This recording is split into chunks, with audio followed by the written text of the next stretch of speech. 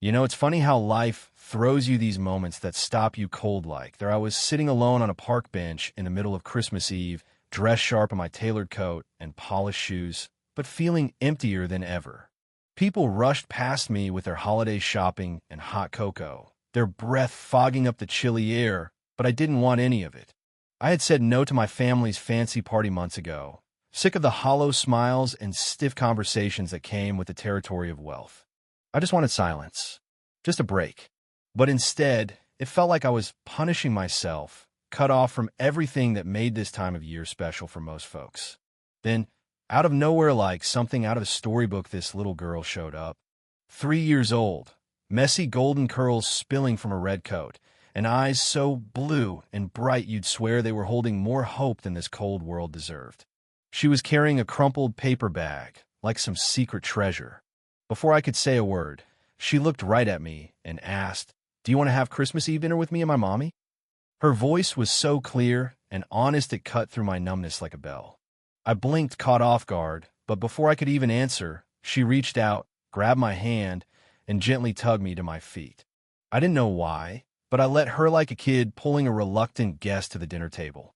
The cold bit at my cheeks, and the snow brushed my suit pants as we walked down the busy street together. Her coat brushed against my leg, her small hand tucked inside mine.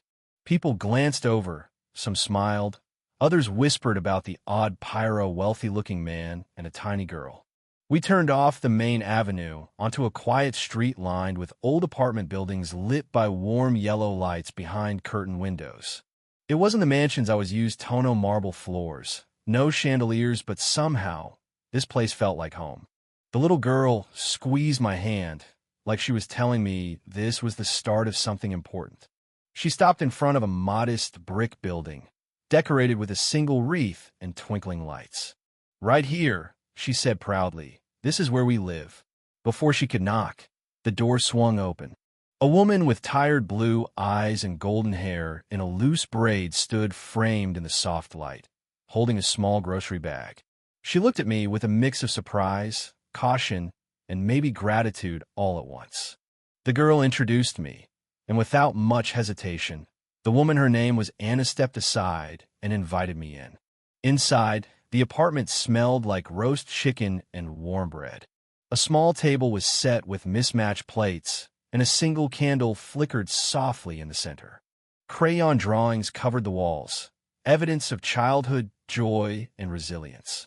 Sophie, a little girl, ran to the table, climbed into a chair, and patted the seat across from her, eyes serious, as if this was the most important place I'd ever sit.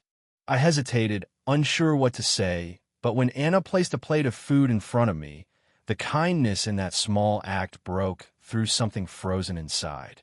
We ate slowly, the three of us sharing warmth, food, and the kind of company I hadn't known I needed.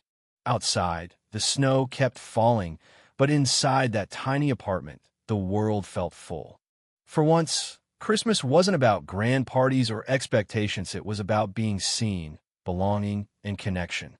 After dinner, Sophie dozed off on the couch, wrapped in a fleece blanket, cheeks flushed from excitement and cake.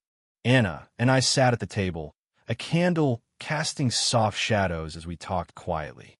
She told me about her life, how she'd been on her own since she was 21, raising Sophie by herself after being left behind by someone who promised the world and gave nothing. No bitterness, just tired honesty and fierce resilience.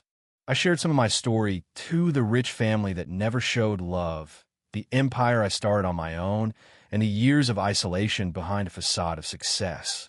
She really listened, and when I was done, she reached across the table and took my hand. "Maybe they love you," she said softly. "They just never learned how to show it. No pity, only warmth." Something inside me shifted that night, not because of grand gestures, but because someone saw me and didn't turn away. Over the weeks, I started stopping by more. Not because I had to, but because I wanted to. I brought pastries, helped fix a flickering kitchen light, and sometimes just sat while Sophie played nearby, her crayon drawings slowly taking over the walls. Our conversations grew easier, more natural. Sometimes I kid me pasta sauce wasn't great, but Sophie clapped like I was a magician, and Anna's amused smile was enough. One snowy afternoon, I showed up with a hand-knitted cream-colored scarf.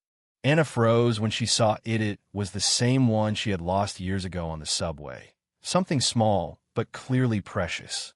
I told her I remembered because she was the first person I'd wanted to remember. No big declarations, just a quiet moment full of meaning. From then on, our little trio found its rhythm. Months passed, and we shared birthdays, holidays, and the slow, steady building of something real.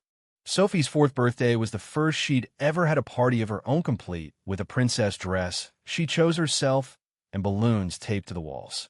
Liam promised he'd be there first thing, pinky swear and all. But days before, I got the call work emergency, a high-stakes meeting overseas scheduled for that very day. I was torn between duty and desire, the weight of a CEO's world pulling me away from a little girl who only wanted me there. But after that meeting, with the deal done and a small silver bracelet in a velvet box engraved with Sophie and Mommy, my home forever, I made a choice. I canceled the rest of my plans, booked a flight home, and showed up just as the party buzzed with laughter and frosting-smeared cheeks. Sophie screamed with joy. "You came," and threw herself into my arms. I whispered, "I promised." Anna watched, tears in her eyes, as I handed her the box and said softly, "I missed the cake, but I made it to what matters." That night, sitting around a modest table with no fancy party hats or ceremonies, just warm food and chatter, something clicked inside me.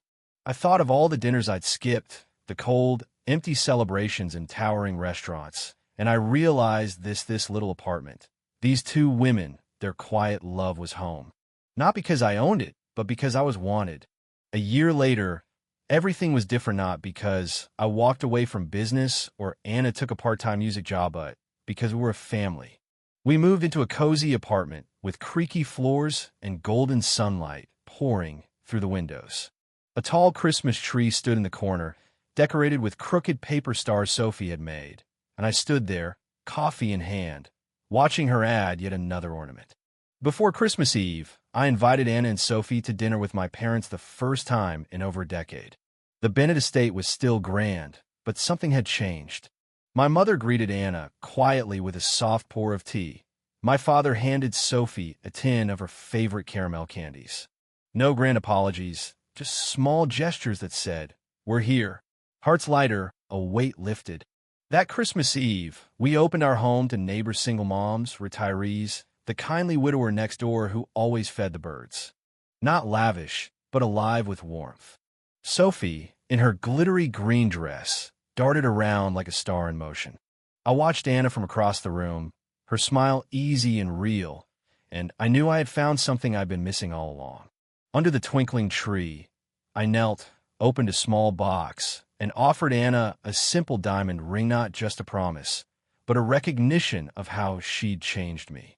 I used to think Christmas was about grand parties, I whispered, but you fed me at your tiny table. You made me laugh again. You gave me a seat beside you. Sophie bounced excitedly, urging her mom to say yes, and through tears, she nodded. That night, under falling snow and glowing lights, we stood together, a family made not of blood, but of open hearts and empty chairs filled with love. Sometimes, all it takes is a small invitation, a child's outstretched hand, or a humble seat at a dinner table to change a life forever. I walked into that Christmas Eve alone, but I walked out with something greater than success, love, belonging, and a home. So what do you think? Is family defined by wealth and blood, or by those who make room for you when you have nothing but an open heart? Share your thoughts. What does belonging mean to you? Because sometimes the quietest moments tell the loudest truths.